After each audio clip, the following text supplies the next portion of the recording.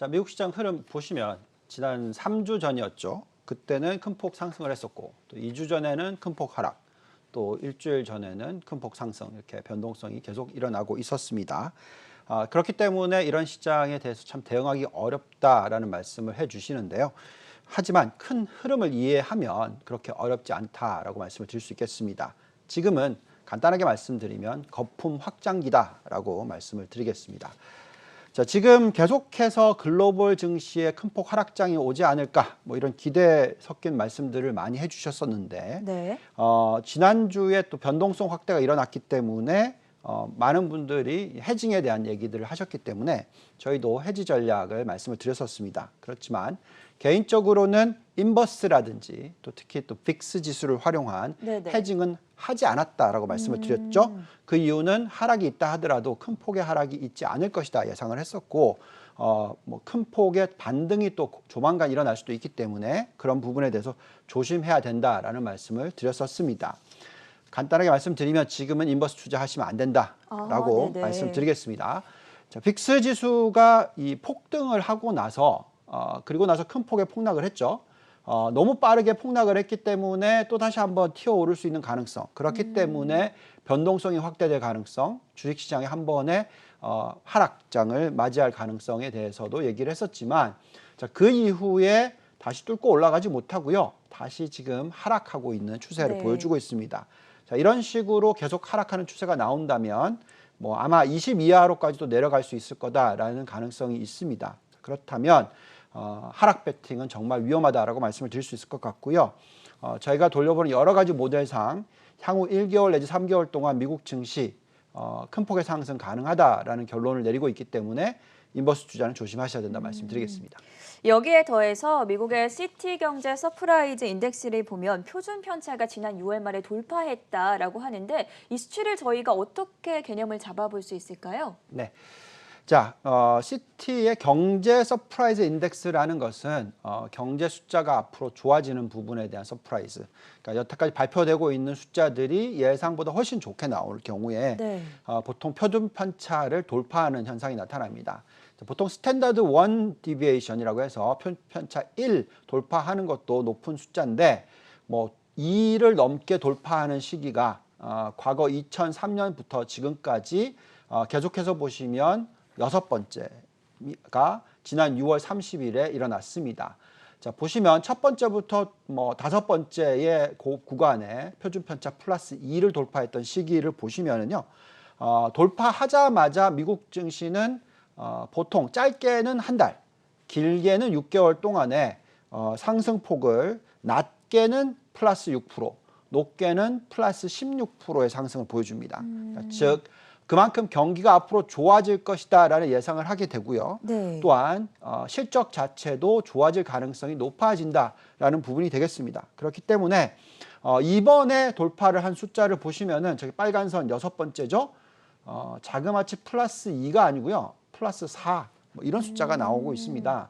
자, 그만큼 경제 수치 발표되는 내용이 예상보다 좋게 나오고 있다라고 여러 번 말씀을 드릴 수 있을 것 같고요. 자, 이런 상황에서는 과거의 전 고점 보면 최근 고점이 3,233 S&P입니다. 500. 그리고 2월 달의 고점, 코로나19 사태가 터지기 전에 고점은 3,393이죠. 저희가 판단할 때는 앞으로 한 달 내지 3개월 동안에 그 숫자들을 돌파할 가능성이 있기 때문에 지금은 좀 인버스 투자는 삼가하시고요. 계속적으로 미국 증시에 대한 고점에 대해서는 좀 더 높게 잡으실 필요 있다 말씀드리고 있습니다. 지금 지속해서 말씀해주고 계신 부분이 하락장에 대한 베팅은 조금 자제하고 추가 상승에 대한 여력을 여전히 남아두고 있는 미국 증시다라고 설명을 해주고 계신데 실제로 미국 경제를 봤을 때 저희가 양호하다, 뭐 서프라이즈라는 표현도 쓰기도 하더라고요. 이와 관련해서 어떤 지표들이 미국 경제를 뒷받침해주고 있는지 좀 구체적으로 분석해 볼까요? 네, 지난주 미국 시장을 보시면 목요일 날 장이 마치고 나서 금요일은 휴장이었죠. 그렇죠. 독립기념일이었죠. 목요일 날 시장만 놓고 보시면은 큰 폭의 상승을 했다가 그 시장 후반으로 가면서 하락을 했습니다. 그래서 물론 상승으로 끝났지만 상승폭이 1%, 2% 되던 것이 뭐 0.5% 정도 상승으로 끝났습니다. 자, 그래서 그 숫자만 보고 있으면 또 조정이 올 거 아닌가라는 걱정들을 좀 많이 하셨을 수도 있습니다만 제가 볼 때는 경제 숫자 나왔던 그 숫자는 굉장히 고무적인 숫자였다라고 말씀드리겠고요. 그렇기 때문에 그날 초반에 1%, 2% 상승했던 것이 다시 되돌림 될 거다라고 생각하고 있습니다.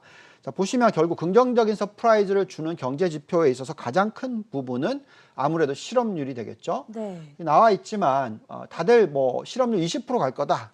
뭐 기억나시죠?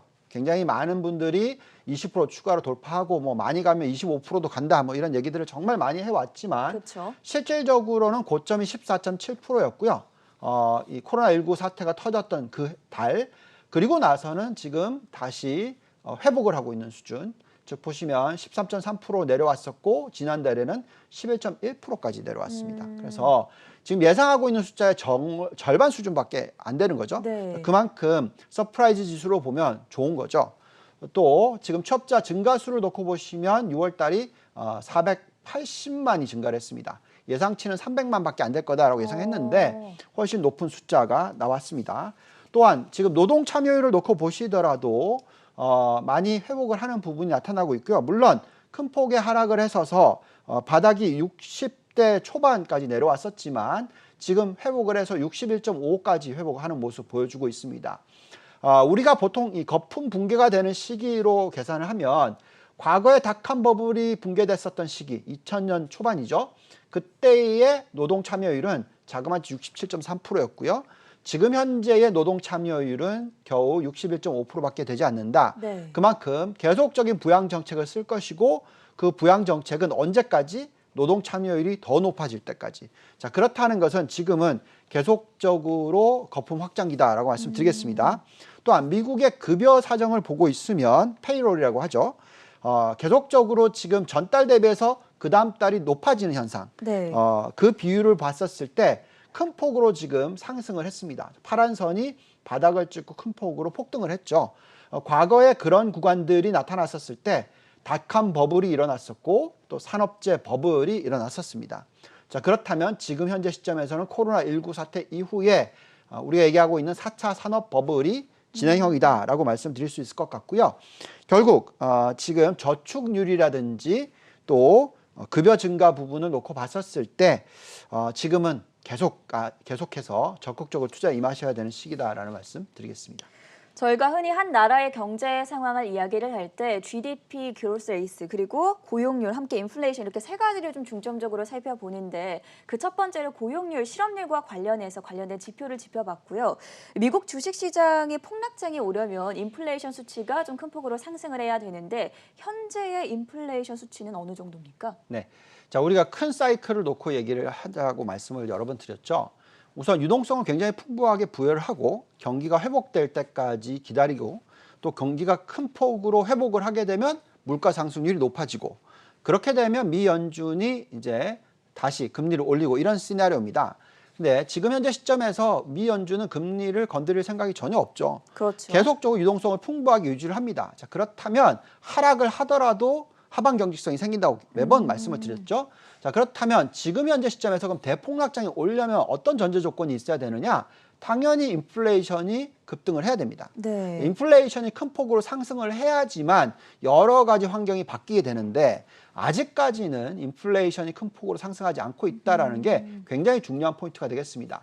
자, 과거에 닷컴 버블이나 산업재 버블이 붕괴됐던 시기에 인플레이션 숫자를 한번 보시죠.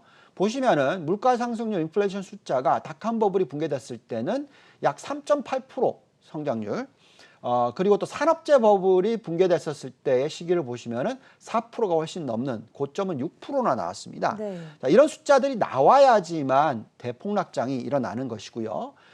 또한 인플레이션 숫자뿐만이 아니라 근원 인플레이션이라고 해서 근원 물가 상승률을 놓고 보시면은 어느 정도 숫자냐면 2.5% 이상이 돼야지 폭락장이 일어날 가능성이 만들어집니다. 자, 근데 지금 현재 시점에서 인플레이션 숫자 아시고 계시죠? 지금 보시면 미국의 인플레이션은 큰 폭으로 하락을 해서 이제 겨우 0.1% 정도의 인플레이션 숫자가 나오고 있습니다. 네. 자, 이 숫자가 앞으로 올라갈 가능성은 있어요. 유가도 좀 회복했고 그래서 올라갈 수는 있습니다만 계속적으로 1% 미만의 유지가 된다면 유동성이 풍부하다. 그리고 금리를 올릴 필요가 없다라고 말씀드릴 수 있겠고요. 또 근원 인플레이션도 많이 내려와서 지금 현재 1.2% 수준이니까 이 숫자가 2.5%까지 올라가야지만 좀 걱정을 한다라고 말씀을 드리겠고 지금 현재 시점에서는 결국은 과열이 아니다라는 말씀을 드리겠습니다. 자, 늘 체크해주고 계신 대차대조표, 미국 연준의 유동성 부여와 관련해서 대차대조표 추이는 어떻게 변화하고 있는지 이번 주에도 함께 좀 확인을 해볼까요? 네. 자, 우리가 거품을 얘기할 때 보통 또 들여다보는 지표들이 유동성이 얼마나 풍부하고 또 어떤 부분들이 변했는지를 봐야 됩니다. 네. 지금 보시면은 미 연준의 대차대조표 추이를 놓고 말씀을 드릴 텐데요.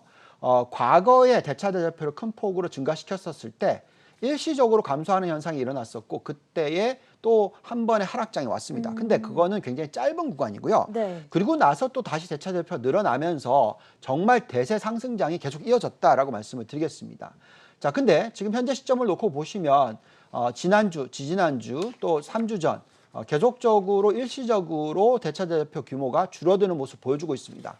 그렇기 때문에 단기적으로의 조정은 올 수 있다라고 말씀드렸죠. 네. 그렇지만 장기적으로 놓고 봤었을 때는 계속적으로 지금 대차대조표 수위를 큰 폭으로 낮추는 것이 아니고요. 지금 수요가 없어서 줄어드는 것이지 수요가 있다 그러면 계속적으로 풍부하게 대차대조표를 늘릴 겁니다. 그만큼 현재 펀더멘탈 관련돼서의 부분에 있어서 유동성 부분에 있어서는 정말 풍부하다라고 말씀을 드리겠고요. 자, 그 숫자가 어디에 나오냐면 결국 M1 증가율과 M2 증가율에서 나옵니다. 네. 자, 지금 M1 증가율을 놓고 보시면은 대차대조표를 줄였는데도 불구하고 계속적으로 상승을 하고 있어요. 조금 떨어지는 듯 했는데 또 다시 올라갑니다. 네. 지금 M1 증가율이 자그마치 39.2%입니다. 저거는 제가 30% 뗄 때 정말 높다고 생각했는데 뭐 이제는 40% 근방까지 올라왔고요.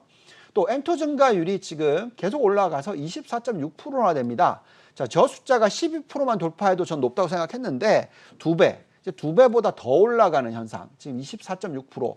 과거에 정말 닷컴 버블 터지기 전이라든지 뭐 또는 산업재 버블 터지기 전에 어떤 이 성장률 12%대인데 지금 그거보다 두 배나 높은 24.6% 수준이다라는 것은 정말 고무적이고요. 그렇다면 이런 유동성을 가지고 우리가 미국 증시의 고점을 측정해보는 수치가 있죠. 네. M1 나누기 시총이라든지 M2 나누기 시총을 가지고 계산을 해보면 이런 숫자가 나오는데요. 나스닥과 S&P 두 개를 다 더했을 때는 더블 카운팅이 될 수도 있습니다. 뭐 같은 지수에 같은 종목, 다른 지수에 같은 종목들이 들어가 있을 수도 있습니다. 네네. 근데 어쨌든 그 두 개를 그냥 더해서 고점을 계산해 봤더니 어느 정도까지 올라갈 수 있냐? 최소한 25.9% 더 올라갈 수 있다라는 숫자가 나오기 때문에 현재 시점에서는 고점에 대해서 너무 낮게 측정하시고 보시면 안 되겠다고 말씀을 드립니다.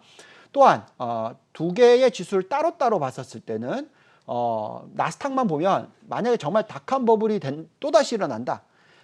그걸 감안한다면 진짜 나스닥은 17,000포인트도 볼 수 있다라고 말씀드리겠고요. S&P 500은 산업재 버블 때로 봤는데 그때와 비교했을 때는 4,600 수준도 볼 수 있다. 뭐 이 정도로 나옵니다. 그래서 지금 현재 시점에서는 고점에 대해서 자꾸 너무 낮게 보시면 안 되고 정말로 풀어져 있는 유동성이 정말 너무나 풍부하다는 것을 꼭 생각하셔야 되겠고요. 자, 그런 부분이 또 어디서 나오냐면 은행권의 지준율이 어느 정도 되느냐, 지금 지준이 얼마나 지금 쌓여 있느냐, 현금을 얼마나 들고 있느냐 이게 중요한데요. 네. 지금 자그마치 3조 달러를 은행권이 들고 있어요. 3조 달러라는 거는 미국 GDP의 15%입니다. 네. 그러니까 정말로 유동성이 풍부하다는 걸 꼭 이해하셔야 됩니다.